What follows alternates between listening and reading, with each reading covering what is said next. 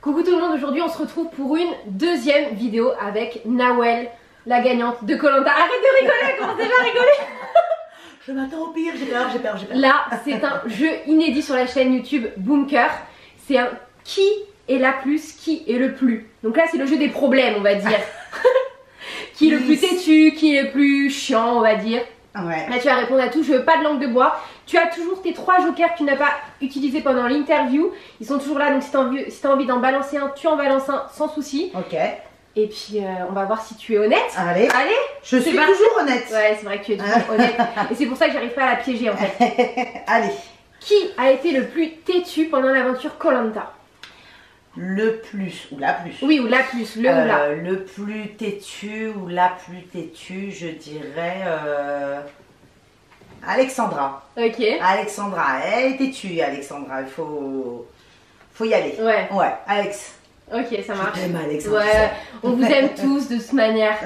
Là où le plus stratège. Ah ouais. Ahmad. Ahmad, le plus stratège. Honnêtement, parce que même si Régis a été après dans la stratégie et tout ça. Il a pris la relève d'Ahmad en fait. Ahmad, en fait, attends, je viens mettre à égalité le plus stratège, Ahmad et Claude. Oui, j'avoue. Parce qu'on se rend pas compte, mais en fait, il n'y a pas du tout la même stratégie. Elle est vraiment plus agressive, celle d'Ahmad, elle est plus voyante, elle est plus...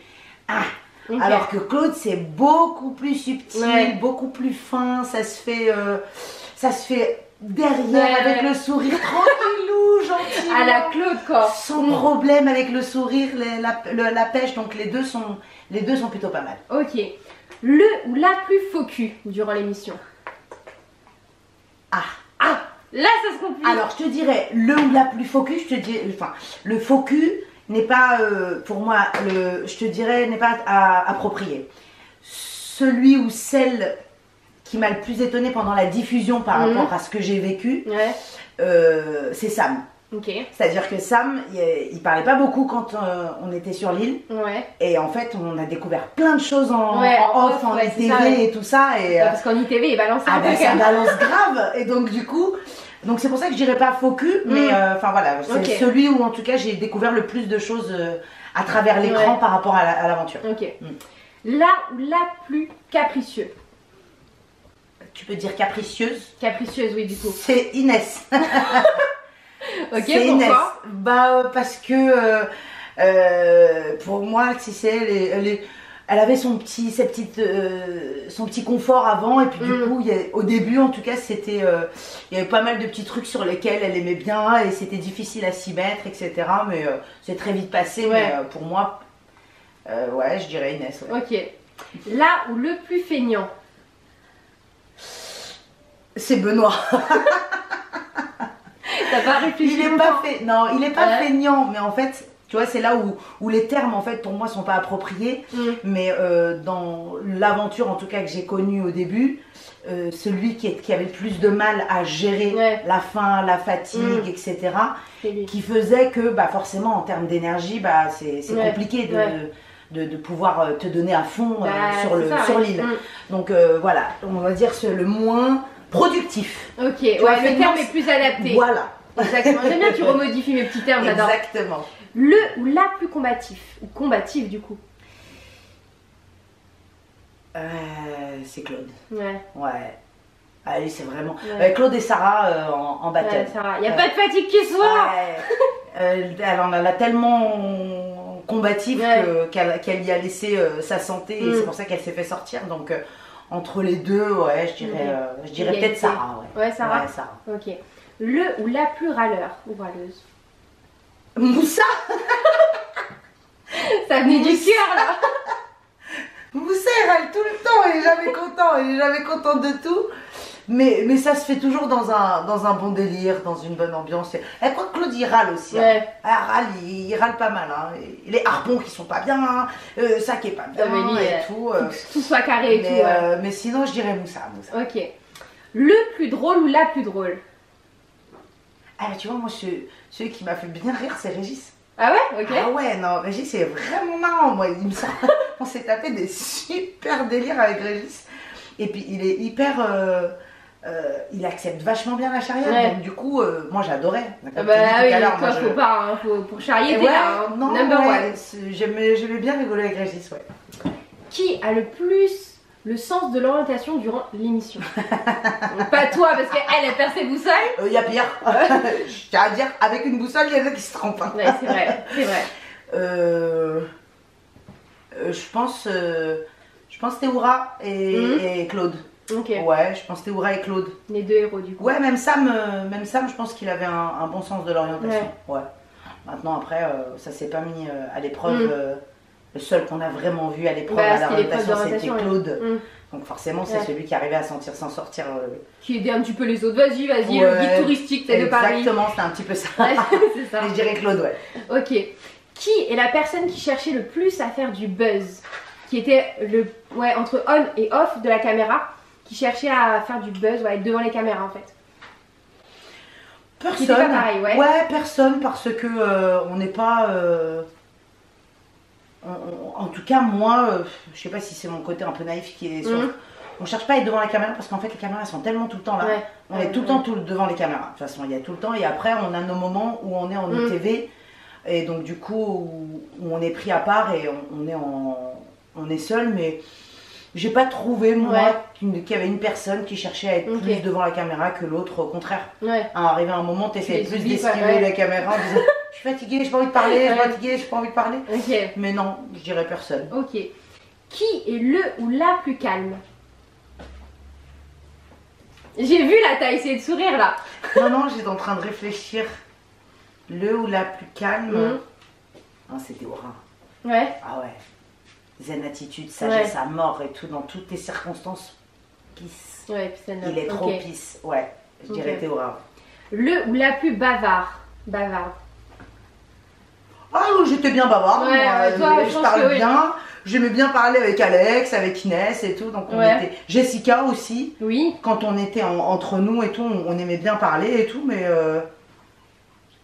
Les garçons ils parlent beaucoup aussi. Ouais, parce qu'il faut pas dire, on dit toujours les filles ça biplote, hein, mais les garçons c'est pas mal. Les garçons aussi, hein, bavards, franchement, même Théoura, Moussa et tout ça, tout. On va dire le moins ou la moins bavarde, ce sera plus simple parce que tout le monde parlait.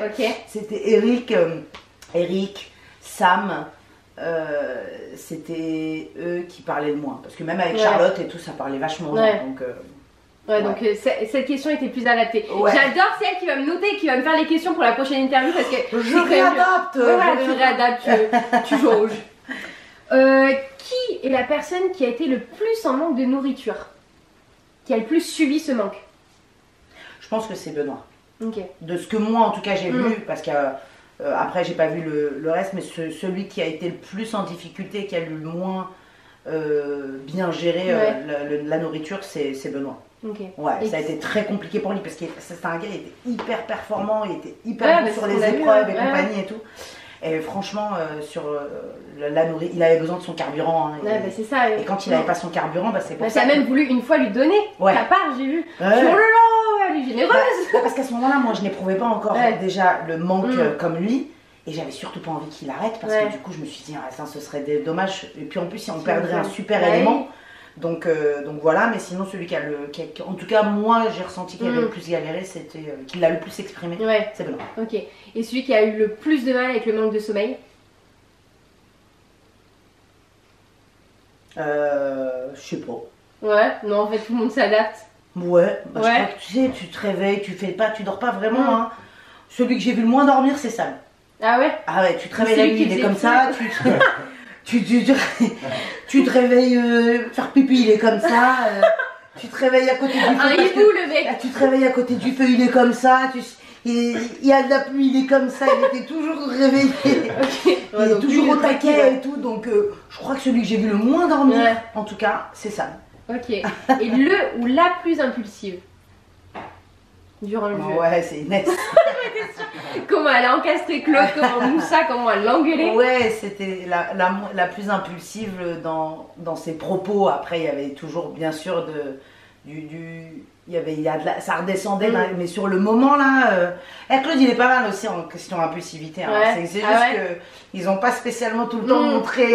Parce que quand moi j'étais en binôme avec Claude. Ah oui, t'en as mis. On taquait, hein, le petit Claude. mais il faut gagner les gars. Mais sinon, non, le plus impulsif, je dirais Inès. Ok. Et la toute dernière question, elle a balancé aucun joker, donc je suis un peu dégoûtée. Elle va faire une interview et une vidéo jeu sans joker. Le ou la plus lunatique durant l'émission. Qui changeait d'humeur. Ouais. Allez, elle va balancer un joker, elle va bien balancer un joker. Attends, je réfléchis. Non, va dire. Bah, tu sais, moi c'est un peu compliqué hein, parce que moi, je vois tout le temps le côté positif un peu. Donc, et puis, je comprends tellement aussi quand les gens sont fatigués, ont pas envie de manger et compagnie, mais non. Toi, t'es trop piscine là. Non, mais il n'y avait pas de lunatique. Ouais. Enfin, en tout cas, moi, je le percevais pas comme ça. Je suis sûre que tu prendrais un autre aventurier, il te balancerait d'autres choses parce que tout est en fonction de comment tu le perçois. Comment tu le ressens et tout, Mais tu vois, moi, j'ai pas de. Parce que je peux comprendre en fait. Pour moi, c'est pas lunatique quelqu'un. Si t'es tout le temps dans ton confort et que d'un coup t'es bien et que d'un coup t'es pas bien, vas-y, il est relou celui-là, pourquoi? Mais là, on est tellement dans des conditions exceptionnelles que. Je pouvais comprendre qu'un jour tu as envie de parler, un jour tu n'as pas envie de parler, qu'un jour tu sois en manque de ta famille, un jour pas et tout. Donc je prenais pas ça pour du lunatisme, donc je dirais personne. Ok. De toute façon, pour comprendre Koh-Lanta, je sais plus qui c'est qui a dit ça, mais il faut le vivre. De toute façon, un peu tous les aventuriers, mais c'est Delphine qui l'avait dit et on peut pas se rendre compte de ce qu'est Koh-Lanta si tu l'as pas vécu. Donc voilà, après. Il y a peut-être des personnes qui vont avoir ce truc un peu plus perso et qui vont dire ah non, moi j'ai pas supporté et tout ça. Moi ça va. Toi t'as bien vécu là. Je refais un deuxième quand vous voulez les gars. Je gagne une deuxième fois. Allez, pas tout de suite. Mais dans quelques années avec plaisir. Grave, la doyenne, la héros reviendra, vous inquiétez pas. Bon moi j'ai toujours pas utilisé aucun joker. Prochain rendez-vous. Voilà. Donc la première fille à y avoir utilisé aucun joker. Bon bah merci les gars d'avoir regardé cette vidéo. On fait de gros bisous. N'hésitez pas à partager et à liker cette vidéo. Et on vous dit à très vite pour une prochaine vidéo. Ciao. Salut.